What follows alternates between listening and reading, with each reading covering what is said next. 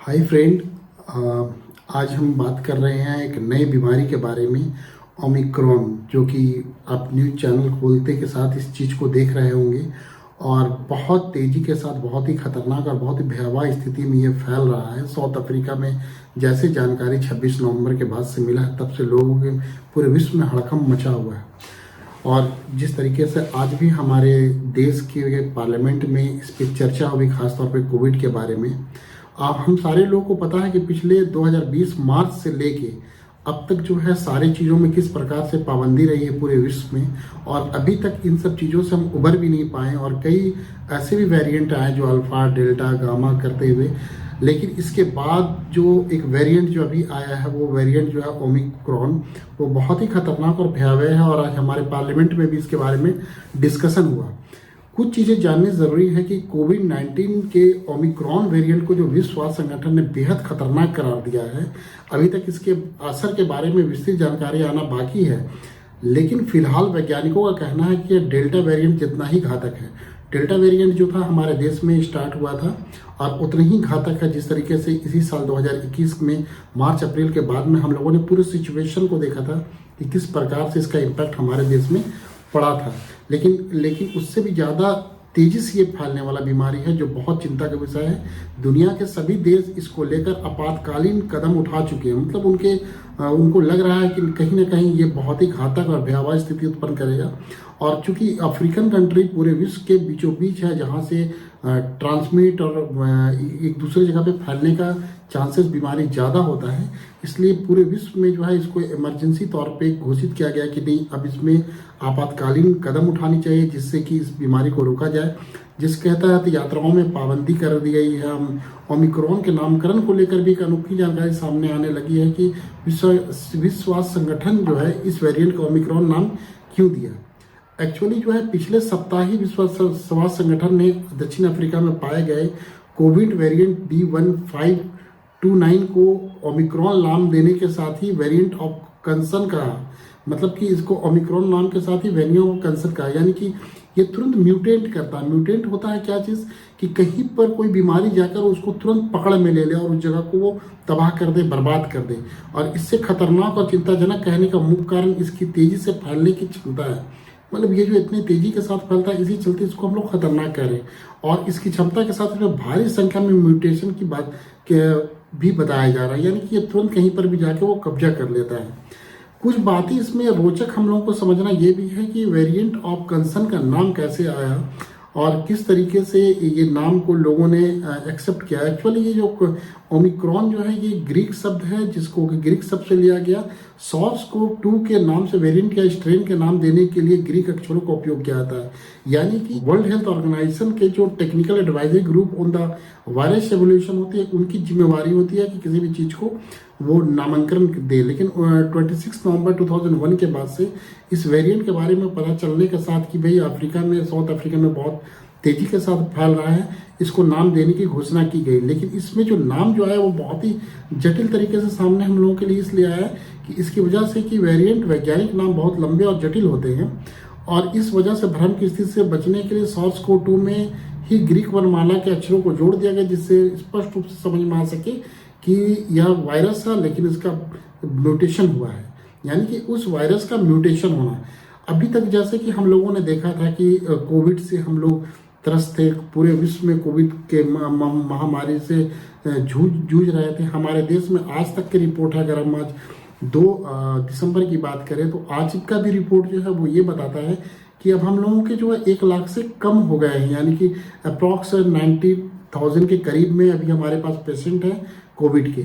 लेकिन जिस तरीके से ये फ्लाइट को रोक दिया गया, भारत जैसे देशों में बंद कर दिया गया कि नहीं, 15 तारीख से जो इंटरनेशनल फ्लाइट उड़ाने शुरू करने को कहा गया था, उस फ्लाइट को भी अब टाल दिया गया है कि अगले आदेश तक कि जब तक इस बीमारी के बारे में पूर्ण रूप से पता न चल जाए, इसका इम्पैक्ट पता न चल जाए, तब तक जो है इसको हम लोग आगे नहीं खोलें। इसके बाद है कि जो ओमिक्रॉन जो है वो कि इसका मतलब क्या होता है ये भी जानना बहुत ज़रूरी है। यह अंग्रेजी वर्णमाला के बहुत छोटे से अक्षर ग्रीक का रूप है और जो कि तारों के नामों से खगोल वैज्ञानिक में एक तारा समूह होते हैं जो 15वें तारीख को ओमिक्रॉन प्रदर्शित करता है, जैसे ओमिक्रॉन एंडोमांड्रा, ओमिक्रॉन सेटी, ओमिक्रॉन परसेड आदि। ये इन सारी चीज़ों से ही वो लेकर ये ओमिक्रॉन का नाम दिया गया। तो अब इसमें कुछ जानना ये ज़रूरी होता है कि इससे पहले जो वेरिएंट्स हुए थे, जैसे विश्व स्वास्थ्य संगठन ने 2020 में के अंत में ब्राज़ील में मिले B117 वेरिएंट को अल्फा नाम दिया। उसके बाद 2020 के शुरुआत में दक्षिण अफ्रीका से मिले B1351 को वेरिएंट को बीटा का नाम दिया गया, और फिर 2020 के अंत में ब्राज़ील में ही P1 वेरिएंट हुआ जिसे गामा कहा गया। उसी साल के अंत में भारत में B16172 वेरिएंट को डेल्टा का नाम दिया गया। यानी कि विभिन्न जो technical advisory group of virus evolution जो होते हैं, जिसको हम लोग टैग भी कहते हैं, उसके थ्रू ये सारे नाम दिए गए हैं, चाहे अल्फा बीटा गामा या जो भी चीज़ हो। और इसके बाद ये पता चला कि जो कुछ प्रयोग कर रहे हैं वैज्ञानिकों को पता चला कि आखिर इसमें कोशिकाओं पे इसका कैसे इम्पैक्ट पड़ता है शरीर के। ये सभी वेरिएंट खतरनाक माने गए, यानी कि इससे पहले जो भी मैंने वेरिएंट बताया कोविड से कंसर्निंग वेरिएंट थे, वो सारे खतरनाक थे। उन्हीं वेरिएंट ऑफ कंसर्न जो जिसे वेरिएंट ऑफ कंसर्न करार दिया गया।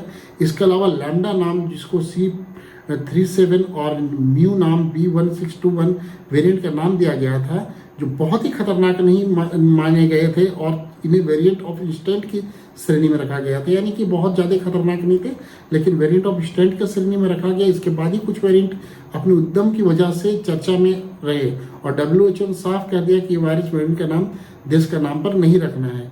यानी कि किसी देश को बदनाम करने की बात ना होने, और एक अलग शब्द को देकर वो इस वेरिएंट का नाम रखा गया।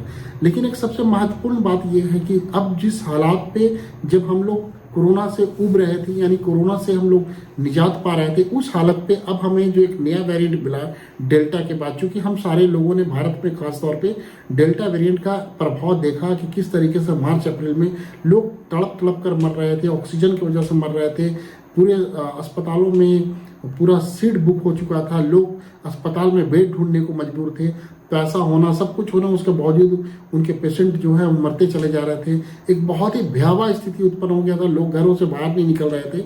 लेकिन फिर से जो ये वेरिएंट आया, और जिस तरीके से इसका कहा जा रहा है कि बहुत तेज़ी से फैलता है और बहुत ही खतरनाक तरीके से ये कंसर्न करता है और म्यूटेंट हो जाता है कहीं पे जाके, तो साउथ अफ्रीका से जो ये फैला, जिसकी रिपोर्टिंग आनी है, अभी तक इसका पूरा इम्पैक्ट पता नहीं चल पा रहा है, लेकिन आने वाले कुछ दिनों में इसके बारे में पता चल जाएगा, 10-15 दिनों के अंदर में। लेकिन जिस प्रकार से किसी भी विदेश से आने वाले यात्रियों को RT-PCR करवाना या तो उनको क्वारंटाइन कराना, ये सारी चीज़ें की जा रही है, तो कहीं ना कहीं लगता है कि सरकार की ये पहल बहुत ही काम करेगी और आने वाले दिनों में इससे हम बच भी सकते हैं। लेकिन सुरक्षा दृष्टिकोण से अगर हम बात करें तो ये बहुत ज़रूरी है कि हम अभी कहीं पर भी एक दूसरे स्थान पर ट्रांसपोर्टेशन या एक दूसरे स्थान पर घूमने जाने की बात जो है वो कम करें, क्योंकि ये 10-15 दिन जो है, ये आने वाले दिसंबर का जो 15-20 तारीख जो होगा, वो ये बहुत ही खतरनाक होगा कि हम अगर इस चीज़ को नहीं समझ पाए तो इसका इम्पैक्ट हमारे और हमारे परिवेश में ही पड़ेगा।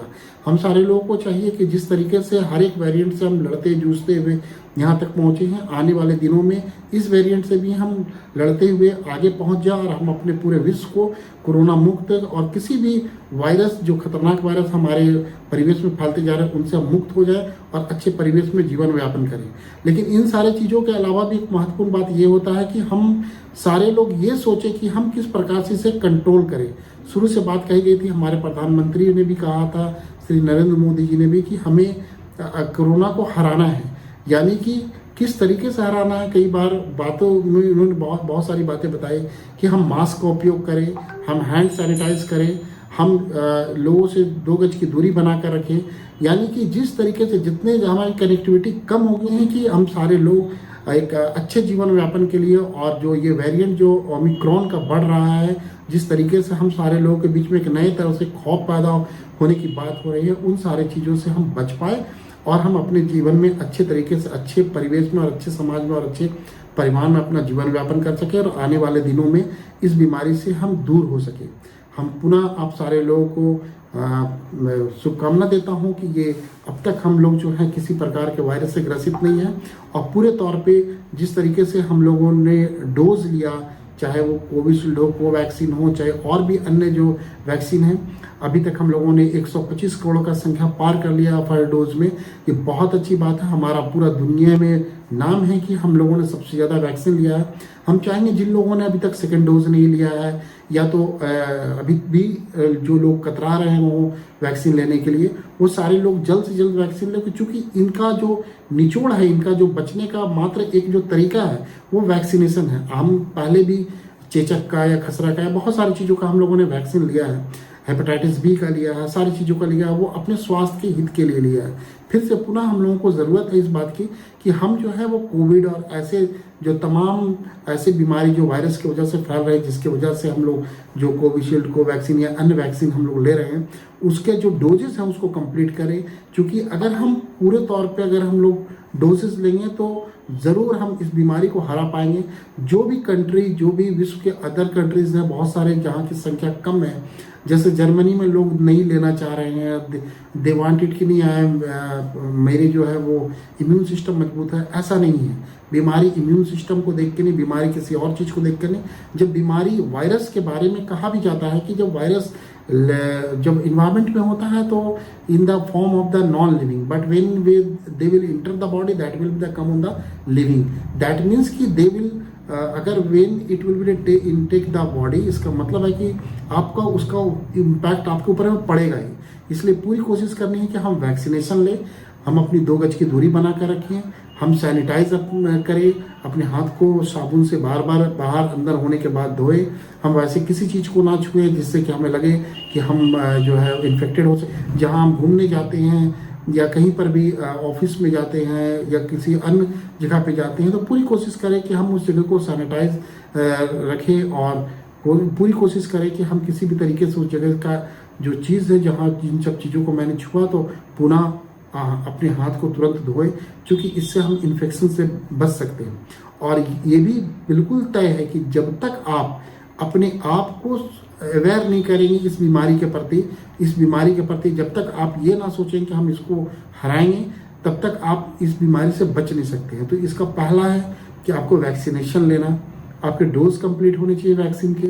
नंबर 2 कि आपको दूरी बनाकर रखनी है। नंबर 3 कि आपको हमेशा मास्क का इस्तेमाल करना है, क्योंकि पब्लिक प्लेसेस में आप जा रहे हैं रेगुलरली, तो ऑटोमेटिकली उनके जो एयर जो होते हैं वेक्टर बॉर्न डिजीज या एयर बॉर्न डिजीज होते हैं, with the help of the mouth and nose they will intact in my body.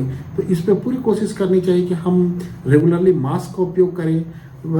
उसके अलावा जब भी हम कहीं पे जाएं और वहाँ से आए, या जब भी मौका मिले, तो हमारे पास एक छोटा सा बॉटल में भी सैनिटाइज़र होनी चाहिए, जिससे कि हम तुरंत हाथ को धो लें और साफ़ कर लें। या तो फिर जब भी आप घर आते हो, जब भी मौका मिलता हो, जहाँ पर भी आपको मौका मिलता हो, जहाँ वहाँ पे अगर साबुन की व्यवस्था है तो आप तुरंत हाथ धोएं, क्योंकि आपको वायरस को हराना है और कोविड से हम सारे लोगों को बचना हो। जिस तरीके से ओमिक्रॉन नाम की जो बीमारी, जो वायरस जो हमारे सृष्टि में फिर से गामा, बीटा, डेल्टा के बाद जो पहुंच गया है, उसको हम हरा पाएँ।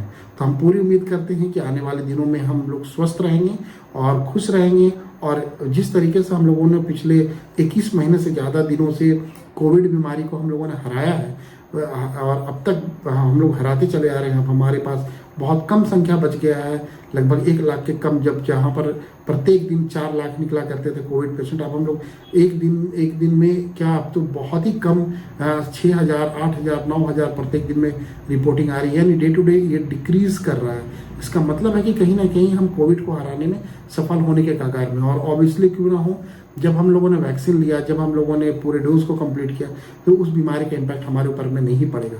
हमें अपने भारत जैसे देश पे गर्व है कि जहाँ के सारे लगभग मोर देन 80% लोगों ने फर्स्ट डोज को कंप्लीट किया है, और आने वाले दिनों में वो सेकेंड डोज भी कंप्लीट करेंगे।